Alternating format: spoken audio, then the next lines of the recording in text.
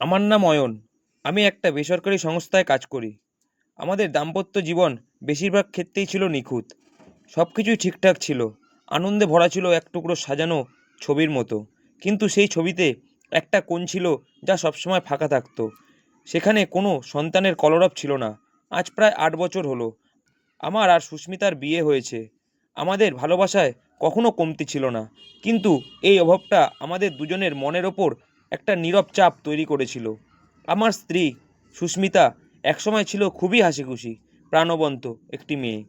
তার চোখের উজ্জ্বলতা আমাকে সবসময় মুগ্ধ করত। কিন্তু গত কয়েক বছরে তার সেই উজ্জ্বলতা ফিকে হয়ে যাচ্ছিল। বাইরে থেকে সে খুব স্বাভাবিক থাকার চেষ্টা করত, কিন্তু আমি জানতাম ঘরের ভেতরে নীরবতা তাকে কতটা কষ্ট দিত। সে ভেতরে ভেতরে কতটা কষ্ট পাচ্ছে সেটা আমি বুঝতে পারতাম।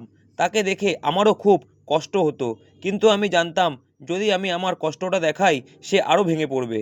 তার যখন মন খারাপ লাগতো তখন সে আমাদের বসার ঘরে এসে চুপচাপ বসে থাকতো। আমাদের সেই বসার ঘরে যেই সোফাগুলো ছিল সেগুলো হালকা ধূসর রঙের। সেখানে বিকেল হলেই এক ধরনের শীতল বিষণ্ণ আলো এসে পড়তো। সেই আলোয় সুস্মিতার মুখটা আরও বেশি ম্লান দেখাতো। এই সমস্ত কিছুর পাশাপাশি সামাজিক চাপ তো ছিলই। আমাদের প্রতিটি পারিবারিক অনুষ্ঠানে আত্মীয় স্বজনের জিজ্ঞাসা করার ধরন, সেগুলো যেন সুস্মিতার হৃদয়ে সূক্ষ্ম কাটার মতো বিদ্ধ। একদিন বিকালবেলা সুস্মিতা একা ছাদে এসে দাঁড়িয়েছিল। তখন আকাশটা ছিল মেঘে ঢাকা, বাইরে হালকা বাতাস বইছিল। আমাদের বারান্দার টবে লাগানো গন্ধরাজ ফুলগুলো সেই বাতাসে মৃদু দুলছিল। সুস্মিতা ছাদের রেলিংটা ধরে আকাশের দিকে মুখ করে আকাশ দেখছিল, যেন সে আকাশকে বলছিল, আমিও সব থাকা সত্ত্বেও তোমার মতো শূন্য। আমি নিচে থেকে ওর বিষণ্ণতা টের পাচ্ছিলাম। তারপর আমি আস্তে আস্তে করে ওপরে গেলাম। ওপরে উঠতেই দেখি আকাশ ভেঙে টিপ টিপ করে বৃষ্টি শুরু হয়ে গেছে। বৃষ্টি শুরু হতেই সুস্মিতা একটা দীর্ঘশ্বাস ফেললো।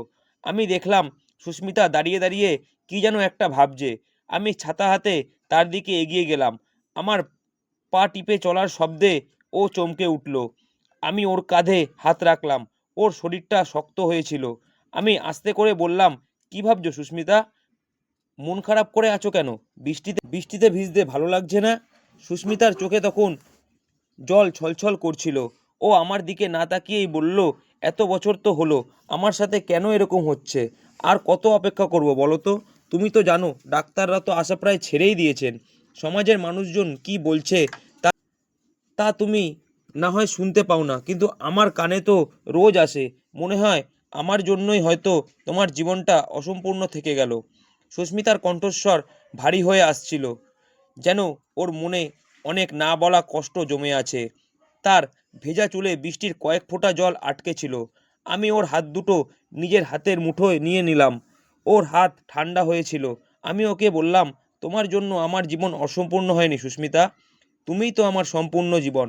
এই 8 বছরে আমাদের প্রতিটি মুহূর্ত, প্রতিটি হাসি, প্রতিটি চিন্তা যা যা ছিল, সব কিছুর মধ্যে তুমিই তো ছিলে। আর শোনো, ভগবান যা করেন ভালোর জন্যই করেন। আমরা হাল ছাড়ব না, আমরা চেষ্টা করব। আমাদের ভালোবাসার কোনো কমতি নেই। আমি ওকে শান্ত করার চেষ্টা করছিলাম, কিন্তু আমার ভেতরের কষ্টটাও কম ছিল না। আমার মনে হলো শুধু শারীরিক সম্পর্ক নয়, আমাদের আত্মিক বন্ধনটাকেও একটু সন্তানের স্পর্শ দিতে পারতাম না কেন? দীর্ঘক্ষণ আমরা দুজনেই ছাদে চুপ করে দাঁড়িয়ে রইলাম। বাতাসের শব্দ আর বৃষ্টির ঝিরঝির আওয়াজ ছাড়া আর কিছু শোনা যাচ্ছিল না। তারপর আমরা ধীরে ধীরে নিচে এলাম। অনেক সময় পার হয়ে গিয়েছিল, প্রায় রাত হয়ে গেছিল। তারপর আমরা রাতের খাবার খেতে বসলাম। খাবার টেবিলে দুটো প্লেট, দুটো চেয়ার। এই শূন্যতা আমাকেও কষ্ট দিচ্ছিল। আমি খুব ধীরে সংকোচ নিয়ে বললাম, সুস্মিতা, তুমি যদি রাজি থাকো, আমার মনে হয় আমাদের অন্য পথে হাঁটা উচিত। সুস্মিতা ক্লান্ত চোখে আমার দিকে তাকিয়ে বলল, অন্য পথ? তুমি কি বলতে চাইছো অয়ন? আমি বলছি, আমরা কেন একটি বাচ্চাকে দত্তক নিচ্ছি না? পৃথিবীতে কত শিশু আছে যারা একটু ভালোবাসার জন্য অপেক্ষা করছে। তাদের মধ্যে কি আমাদের সন্তানকে খুঁজে পাওয়া যায় না? আমার কথা শুনে সুস্মিতা কিছুক্ষণের জন্য থমকে গেল। তার চোখে এক ঝলক বিস্ময়, তারপর একরাশ আলো দেখতে পেলাম। সেই আলো যা আমি অনেক দিন তার চোখে দেখিনি। সুস্মিতার চোখ ছলছল করে উঠল। কান্না চেপে সে বলল, তুমি সত্যি বলছো অয়ন? তুমি রাজি? কিন্তু আমাদের বাড়ির লোক, তারা কি মানবে? আমি দৃঢ়তার সাথে বললাম, মানা না মানার দায়িত্ব আমার। আমাদের সুখের চেয়ে বড় কিছু হতে পারে না। আমি চাই তুমি আবার আগের মতো হাসো। আমি চাই এই বাড়িতে একটা ছোট্ট শিশুর হাসি শুনতে পাই। যে মা 10 মাস কষ্ট করে জন্ম দেয়, সেই মাতৃত্বের অনুভূতি হয়তো তুমি পাওনি, কিন্তু তোমার মনে সন্তানের জন্য যে জায়গা আছে, তা পৃথিবীর সবথেকে খাঁটি মাতৃস্নেহ। সুস্মিতা হঠাৎ উঠে এসে আমাকে জড়িয়ে ধরল। সে কান্নায় ভেঙে পড়ল। সেই কান্না দুঃখের নয়, মুক্তির কান্না। তার চুলের মিষ্টি গন্ধ আর উষ্ণতা আমাকে শান্তি দিল। সেই রাতে আমাদের ঘরের নীরবতা যেন একটা কঠিন সিদ্ধান্ত নেওয়ার মধ্য দিয়ে ভেঙে গেল। পরের সপ্তাহেই আমরা শহরের এক প্রান্তে অবস্থিত আশ্রয় নামের একটি অনাথ আশ্রমে গেলাম। আশ্রমের পরিবেশটা ছিল শান্ত, চারিদিকে সবুজ গাছপালা আর ফুলের সুগন্ধ, কিন্তু ভেতরে বাচ্চাদের নীরবতাটা যেন বেশি চোখে পড়ছিল। আমরা এক অফিস রুমে বসেছিলাম। সেখানকার প্রধান দিদি আমাদের সঙ্গে কথা বলছিলেন। দিদি বললেন, আপনারা যে এমন একটি সিদ্ধান্ত নিয়েছেন, তার জন্য আপনাদের ধন্যবাদ। আমাদের এখানে 7 বছরের একটি মেয়ে আছে, আদ্রিজা। সে খুব শান্ত, কিন্তু একটু গুটিয়ে থাকে। আপনারা চাইলে ওর সাথে দেখা করতে পারেন। আমরা মাথা নাড়ালাম। দিদি আমাদের একটা খেলার ঘরে নিয়ে গেলেন। ঘরটায় কিছু খেলনা ছড়ানো ছিল, কিন্তু বাচ্চারা ছিল খুব কম। কোণের দিকে একটি ছোট টেবিলে একা একটি মেয়ে বসেছিল। তার চুলগুলো এলোমেলো, পরনে হালকা নীল রঙের জামা। মেয়েটি খুব মন দিয়ে একটা পুরনো গল্পের বই দেখছিল। এটাই ছিল অদ্রিজা। সুস্মিতা আমার হাত চেপে ধরল। তার চোখে ভালোবাসার এক অদ্ভুত আলো দেখতে পেলাম আমি। আমরা দুজনেই ধীরে ধীরে ওর কাছে গেলাম। সুস্মিতা আদ্রিজার সামনে বসে পড়ল। তারপর সুস্মিতা একটু মিষ্টি করে হেসে বলল, মা, তোমার নাম কি? তুমি কি খেলবে না? আদ্রিজা মাথা নিচু করে আস্তে করে বলল, আমার নাম আদ্রিজা, আমি খেলতে চাই না। সেই কথা শুনে সুস্মিতা আস্তে করে ওর হাত ধরল। আদ্রিজার হাতটা ছিল ছোট, শুষ্ক। তারপর সুস্মিতা বলল, কেন মা, তুমি খেলবে না কেন? আমি তোমার সাথে খেলবো। তুমি কি আমাদের সাথে আমাদের বাড়িতে যাবে? সুস্মিতার এই কথাটি শোনার পর আদ্রিজা এতক্ষণ পরে এবার মুখ তুলে তাকালো। ওর চোখ দুটো ছিল কালো, বড় আর খুব বিষণ্ণ। তার চোখে একটা ভয় মেশানো জিজ্ঞাসা ছিল। তারপর আদ্রিজা ভয়ে ভয়ে বলল, তোমরা কি আমাকে সত্যিই নিয়ে যাবে? আবার ফিরিয়ে দিয়ে যাবে না তো? আগেরবার যারা নিতে এসেছিল, তারা আমাকে আবার ফেরত দিয়ে গিয়েছিল। ওর কথা শুনে আমার বুকটা কেঁপে উঠল। 7 বছরের একটা বাচ্চা, কিন্তু তার কণ্ঠে এত হতাশা। আমি সামনে ঝুঁকে বসলাম। আমি অদ্রিজাকে বললাম, না মা, তোমাকে আমরা আর কোথাও ফিরিয়ে দেব না। আমরা তোমাকে খুব আদর করব। আমরা তোমাকে শুধু ভালোবাসা দেব। তুমি আমাদের আদরের মেয়ে হয়ে থাকবে। তোমার ঘর হবে, তোমার খেলনা হবে, আর একজন মা থাকবে যে তোমাকে সব বিপদ থেকে সবসময় রক্ষা করবে এবং ভালোবাসা দিয়ে আগলে রাখবে। আমার কথা শুনে সুস্মিতার চোখে তখন জল। সে আর নিজেকে সামলাতে পারল না। সে উঠে গিয়ে অদ্রিজাকে হালকা করে জড়িয়ে ধরল। অদ্রিজা তখনও শক্ত হয়েছিল। সে বুঝতে পারছিল না এত ভালোবাসা তার জন্য অপেক্ষা করছে কি না। সেই মুহূর্তে আমি বুঝলাম, আমাদের এই সম্পর্কটা রক্ত দিয়ে না হোক, মন দিয়ে তৈরি হবে। তারপর আমরা অদ্রিজাকে নিয়ে যাওয়ার জন্য যা যা করতে হবে তা শুরু করলাম। আইনি প্রক্রিয়া শেষ হতে প্রায় 1 মাস লাগলো। এরপর একদিন আমরা আদ্রিজাকে আমাদের বাড়িতে নিয়ে এলাম। আমাদের ঘরটা ছিল উজ্জ্বল, দেওয়ালগুলো হালকা হলুদ রঙের। সেখানে নতুন কেনা কার্টুনের ছবি দিয়ে সাজানো একটা ঘর আদ্রিজার জন্য অপেক্ষা করছিল। প্রথম প্রথম আদ্রিজা খুব চুপচাপ থাকতো। সে সহজে মিশতে পারতো না। রাতে আমাদের ঘরে ঘুমাতো না। আমাদের শোয়ার ঘরের পাশে আরেকটি ছোট ঘর ছিল। সেই ঘরটাতে আমরা ওর থাকার ব্যবস্থা করেছিলাম। ও সেই ঘরটাতেই একা শুয়ে থাকতো। ওকে এরকম দেখে সুস্মিতা বুঝতে পারল এই ভালোবাসার জন্য অপেক্ষা করা দরকার। একদিন রাতে বাইরে তখন ঝিঝি পোকার ডাক শোনা যাচ্ছিল। সুস্মিতা আদ্রিজার ঘরের দরজায় গিয়ে আস্তে করে টোকা দিল। সুস্মিতা আস্তে করে আওয়াজ দিয়ে বলল, মা, তুমি কি দরজাটা খুলবে? আমি তোমার পাশে একটু বসতে চাই। সুস্মিতার কথা শুনে আদ্রিজা দরজা খুলল। তারপর সুস্মিতা ধীরে ধীরে গিয়ে ওর পাশে শুয়ে পড়ল। ঘরের মধ্যে মৃদু আলো জ্বলছিল, যা দেওয়ালে ছায়া ফেলছিল। তারপর সুস্মিতা আদ্রিজাকে বলল, মা, তুমি ভয় পাচ্ছ কেন? এই ঘরে তো তুমি একা নও। এখানে কেউ তোমাকে বকা দেবে না। সেই কথা শুনে আদ্রিজা কাঁদো কাঁদো স্বরে বলল, আগের জায়গায় সবাই আমাকে বাজে কথা বলতো, বকা দিত। তারা বলতো আমি নাকি নোংরা মেয়ে। আমার তাদেরকে খুব ভয় লাগতো।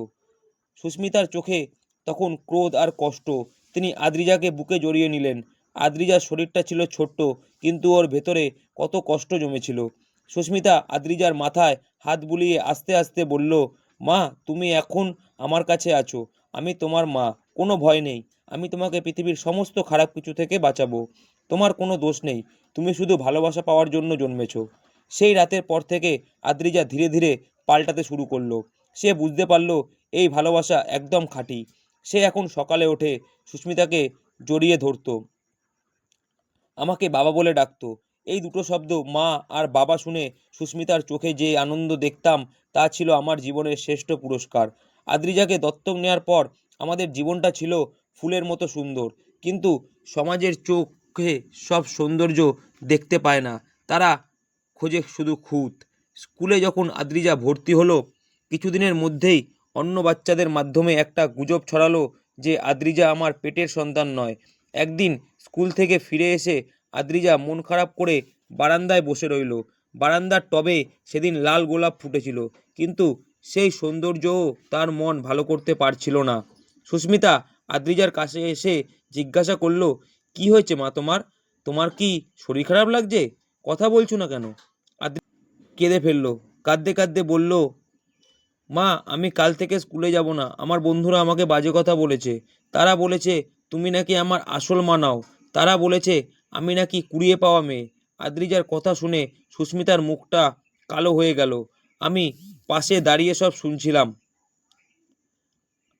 আমি দেখছিলাম কিভাবে সমাজ একটা নিষ্পাপ শিশুর মন ভেঙে দিচ্ছে। সুস্মিতা তখন আদ্রিজাকে শক্ত করে ধরল। সে তাকে সোফায় বসালো। তারপর সুস্মিতা আদ্রিজার চোখ মুছে দিয়ে তাকে বলল, কে বলেছে তোমাকে আমি তোমার আসল মা নই? মা কি শুধু পেটে ধরলেই হয়? আদ্রিজা ফুপিয়ে ফুপিয়ে কাঁদতে কাঁদতে বলল, সবাই বলেছে আমি নাকি তোমার পেটে ছিলাম না। তারপর সুস্মিতা আদ্রিজাকে কাছে টেনে নিয়ে বলল, শোনো মা, আমি তোমাকে একটা কথা বলি, তুমি মন দিয়ে শোনো। পৃথিবীতে দুরকমভাবে মা হওয়া যায়। একজন মা সন্তানকে পেটে ধারণ করেন, আর একজন মা সন্তানকে মনে ধারণ করেন। আমি তোমাকে 9 মাস পেটে ধরিনি ঠিকই, কিন্তু তোমাকে আমি 8 বছর ধরে আমার মনে আর স্বপ্নে ধারণ করে রেখেছি। সুস্মিতা আদ্রিজার কপালে চুমু খেয়ে বলল, আমি তোমাকে পেটে ধারণ না করলেও আমার মনে তোমার জন্য যে ভালোবাসা আছে সেটা কোনোদিন শেষ হবে না। মা তো শুধু জন্ম দেয় না, মা লালন পালনও করে। তুমি শুধু আমার মেয়ে নও, তুমি আমার জীবনের সবচেয়ে বড় উপহার। আর যদি কেউ তোমাকে এসব কথা বলে, তুমি গর্ব করে বলবে, আমার মায়ের ভালোবাসা রক্ত দিয়ে তৈরি নয়, আমার মায়ের ভালোবাসা মন দিয়ে তৈরি। সেই কথা শুনে আদ্রিজা এবার হাসলো। তার সেই হাসিটা ছিল চাঁদের আলোর মতো। সে বুঝতে পারলো তার মা তাকে রক্ত সম্পর্কের ঊর্ধ্বে ভালোবাসে। আমার বুকটা গর্বে ভরে গেল।